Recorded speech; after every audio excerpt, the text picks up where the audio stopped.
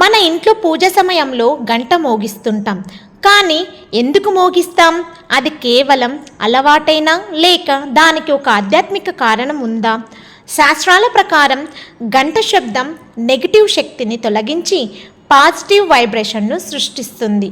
గంట మోగినప్పుడు వచ్చే ధ్వని తరంగాలు మన మనసును ఏకాగ్రతగా మార్చుతాయి. పూజ సమయంలో మన దృష్టి దేవుడిపై కేంద్రీకృతమవుతుంది.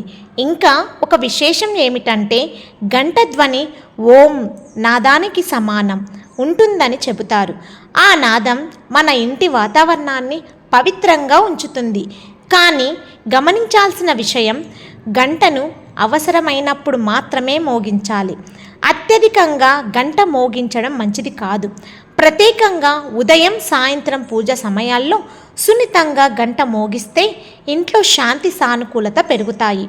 గంట శబ్దం కేవలం ధ్వని కాదు, అది భక్తికి ఆహ్వానం.